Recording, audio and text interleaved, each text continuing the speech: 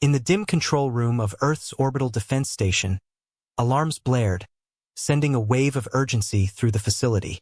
An unidentified alien ship had appeared on the radar, triggering a global state of alert. The station's commander, General Marcus Haynes, barked orders as personnel scrambled to their stations. Miles below, in a quiet university town, Callum Parker's day was just beginning. A retired British-Canadian military strategist, he now spent his days lecturing disinterested students on ancient warfare. The sudden arrival of military officials at his office door was a stark reminder of a life he had left behind. "Professor Parker," one of the officials began, "we need your expertise. The situation is critical." Callum's eyes narrowed as he listened. Memories of his last mission, a catastrophic failure that had cost many lives, flashed through his mind. He had sworn never to return to the battlefield, but the urgency in their voices was unmistakable. "I left that life for a reason," Callum replied, his tone firm yet tinged with the weight of his past. "Find someone else." "Callum," a familiar voice called from behind the officials. General Haynes stepped forward, his presence commanding respect. "We need you. The Zarnax have arrived." The mention of the alien species sent a shiver down Callum's spine. The Zarnax were known for their ruthless efficiency and advanced technology. Earth's defenses, formidable as they were, had never faced such a threat. "You know I can't turn my back on this," General Haynes continued. "Not when the stakes are so high." After a moment's hesitation, Callum sighed. "All right, I'll come with you, but I'm not making any promises." The journey to the UEDF space station was swift. Callum was greeted by a flurry of activity as engineers and scientists worked tirelessly to prepare for the impending conflict. Lieutenant Hanning Gwyn, a sharp-minded engineer with a knack for innovation, briefed him on the station's capabilities. "Welcome back, Professor Parker," she said with a nod. "We've made some upgrades since your last visit."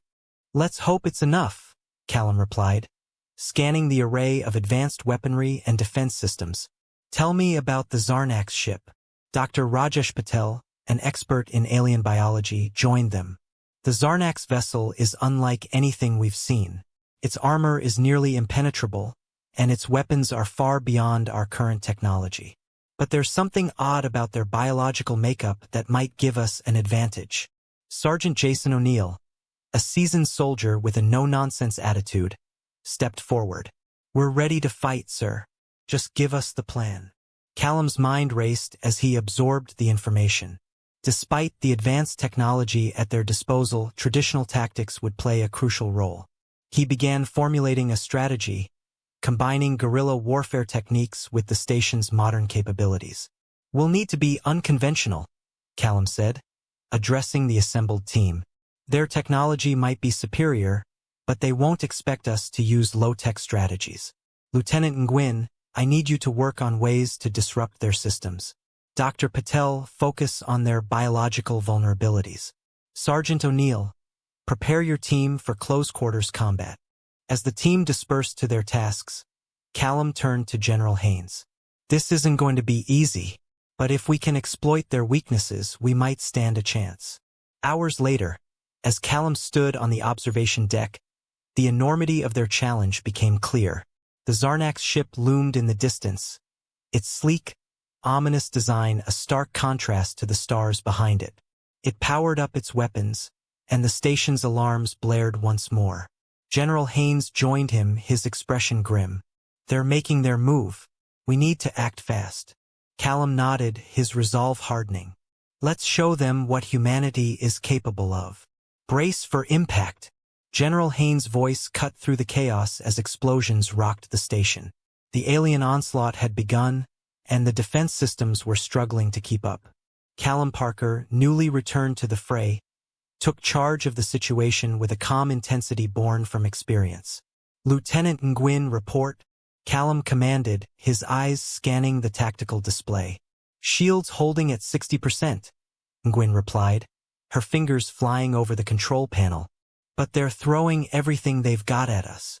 "We need to buy more time," Callum muttered, turning to Dr. Rajesh Patel. "Any progress on their biological weaknesses?" Patel nodded, though his expression was grim. The Zarnax rely on their technology to an extreme degree. If we can disrupt their systems, we might level the playing field. Their physiology shows vulnerabilities to low-tech solutions, but deploying them will be a challenge. Sergeant Jason O'Neill, already armored and ready for combat, joined them. Just give us the word, sir.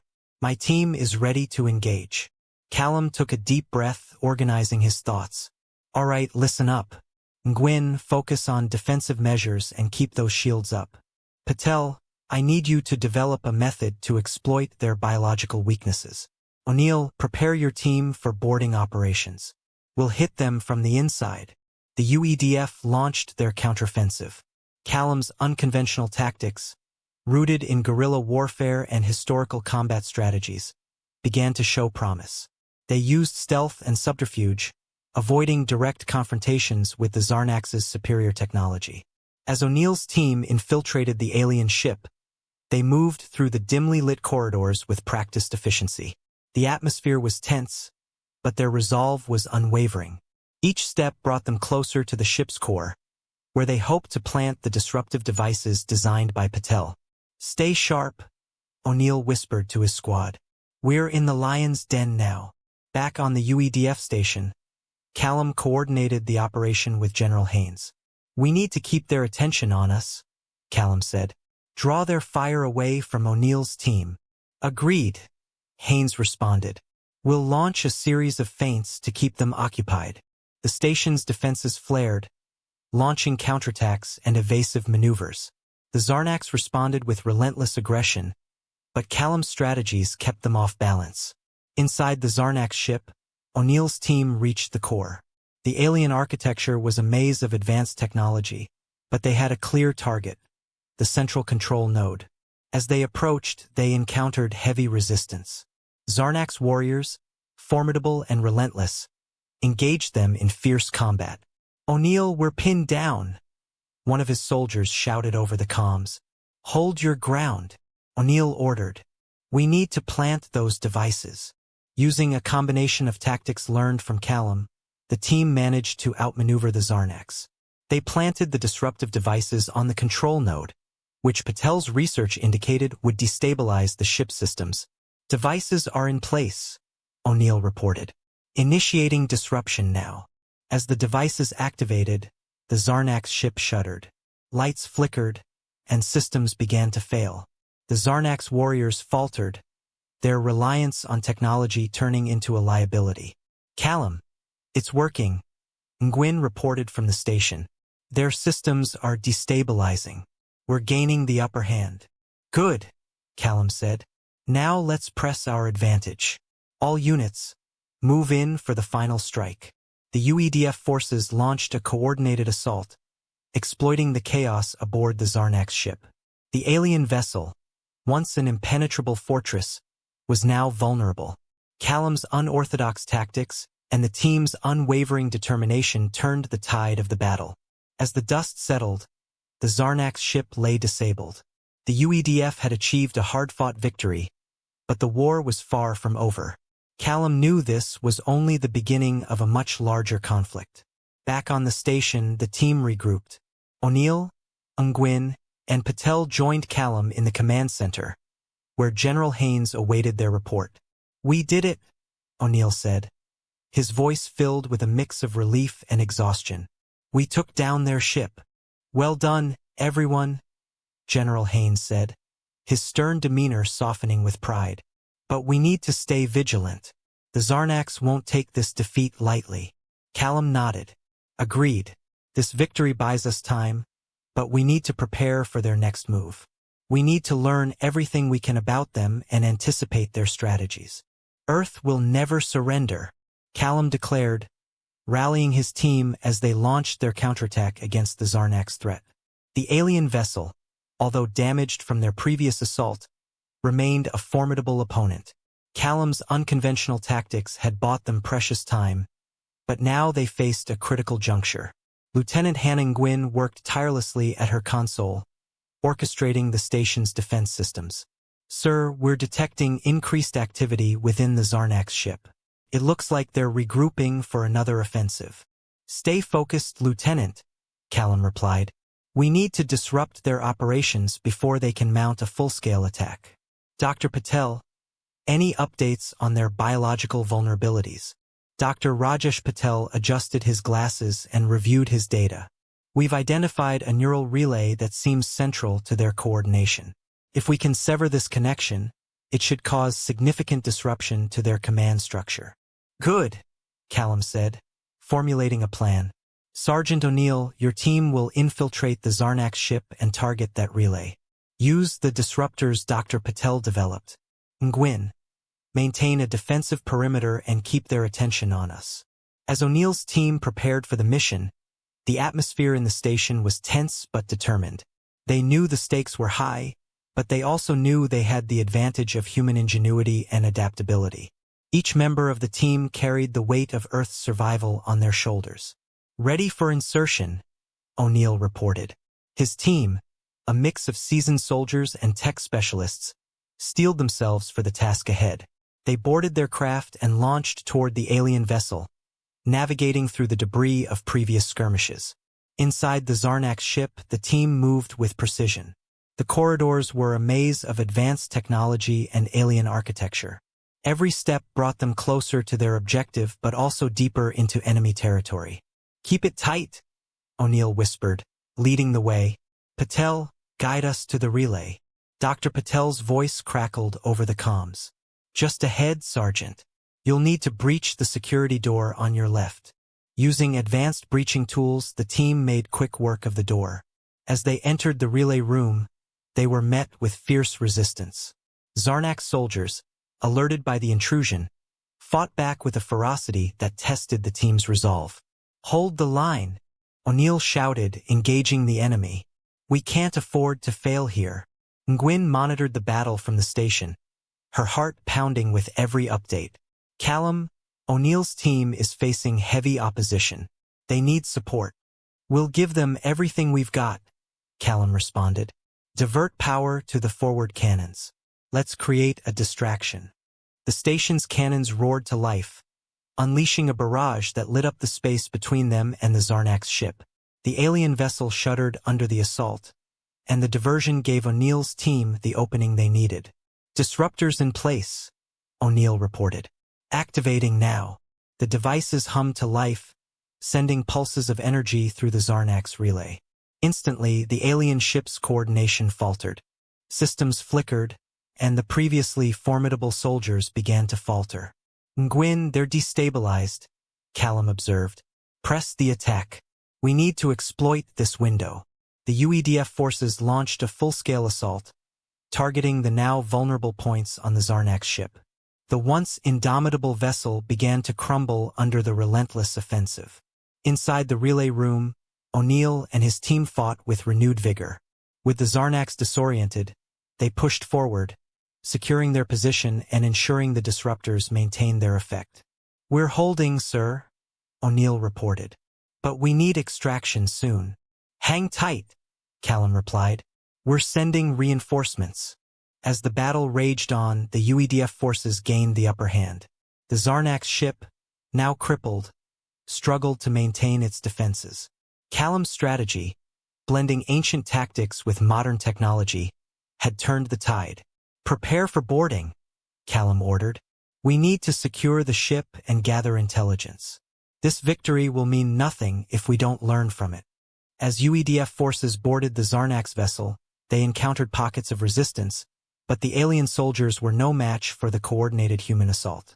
O'Neill's team, now bolstered by reinforcements, pushed deeper into the ship, securing vital sections and gathering crucial data.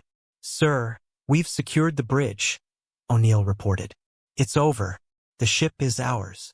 Excellent work, Callum replied, a sense of relief washing over him. Ngwin, prepare for a full data extraction. Patel, analyze everything we find. This could be the key to ending the war. The team regrouped, the tension of the battle giving way to a cautious optimism. They had won a significant victory, but the war was far from over. As they began the arduous task of sifting through the Zarnak's data, Callum knew they had taken a crucial step forward. Today, we've shown the Zarnaks what humanity is capable of, General Haynes said, addressing the team. But we must remain vigilant. This war is far from over. The Zarnak's vessel lay crippled in space, but Callum Parker knew the war was far from over. The data extracted from the alien ship revealed a dire plan. The Zarnaks intended to launch a doomsday weapon from their hidden base, one capable of obliterating Earth. The clock was ticking, and they had to act swiftly. Nguyen, can we track the origin of the weapon? Callum asked, his voice steady despite the urgency. Lieutenant Hannah Nguyen pored over the data streams. I'm triangulating the signal now. There, a base on the dark side of the moon. Prepare for immediate deployment, General Marcus Haynes ordered. This is our only chance to stop them. As the UEDF forces mobilized, Callum gathered his team. Sergeant Jason O'Neill, Dr. Rajesh Patel, and Lieutenant Nguyen formed the core of the strike force. Each knew the risks, but their resolve was unwavering. We have one shot at this, Callum said, addressing the assembled soldiers. We disrupt their weapon or Earth is lost. Stick to the plan and we'll come through. The strike team launched in a stealth craft, weaving through debris fields and avoiding Zarnak's patrols. The moon's shadow loomed large as they approached their target, the alien base hidden in its inky expanse. Approaching insertion point, O'Neill reported, his grip tightening on his weapon. Ready to deploy. The craft touched down silently, and the team disembarked, moving with practiced efficiency. The moon's surface was desolate, the alien base a stark contrast with its pulsing lights and advanced structures. Patel, find the control center for the weapon, Callum instructed. Nguyen, work on disabling their defenses. O'Neill, cover our approach. Inside the base, the team encountered minimal resistance at first. The Zarnaks had not anticipated such a bold strike. Nguyen hacked into the security systems, creating a pathway through the labyrinthine corridors. We're in, Nguyen confirmed. But they'll know we're here soon. Keep moving, Callum urged. We don't have much time. As they neared the control center, the resistance stiffened. Zarnak soldiers, alerted to the intrusion, engaged them in fierce combat. O'Neill's team held the line, using every ounce of their training and ingenuity to push forward. Go, go! O'Neill shouted, holding off the alien warriors. We'll handle this. Callum, Nguyen, and Patel pressed on, finally reaching the heart of the base. The control room was a hive of activity, alien engineers working frantically to prepare the doomsday weapon for launch. Patel, disable the weapon, Callum ordered. Nguyen, find a way to shut down their systems permanently. Patel moved quickly, his hands a blur as he interfaced with the alien technology. It's complex, but I think I can overload the core. It will destroy the weapon and the base. Do it, Callum said. We can't afford to leave any chance of this weapon being used. Nguyen accessed the mainframe, deploying viruses and shutting down defense protocols. We have a window. Once the core overloads, we need to be out of here. Set the timer for 5 minutes, Callum instructed. Let's move. As the core began to overload, alarms blared throughout the base. The Zarnaks, realizing their imminent defeat, fought with renewed desperation. O'Neill and his team rejoined Callum, forming a defensive perimeter as they retreated to their craft. Move, move, Callum shouted, covering the rear. Get to the ship. The ground beneath them trembled as the core's overload reached critical levels. The team sprinted to their craft, diving inside just as the base began to implode. Punch it, Callum ordered, and the pilot launched the craft away from the moon's surface. Behind them, the alien base erupted in a brilliant explosion, debris scattering into the void. Mission accomplished, Nguyen said, a note of triumph in her voice. Good work, everyone, General Haynes said over the comms. Let's head home. As they returned to Earth, Callum reflected on the day's events. They had faced impossible odds and emerged victorious. But he knew the cost of their victory and the price paid by those who fought alongside them. Back on Earth, celebrations were tempered with remembrance. The Zarnak's threat had been neutralized, but the scars of battle remained. Callum stood with his team, each member a testament to humanity's strength and resilience. We did it, O'Neill said quietly. But we'll never forget those we lost.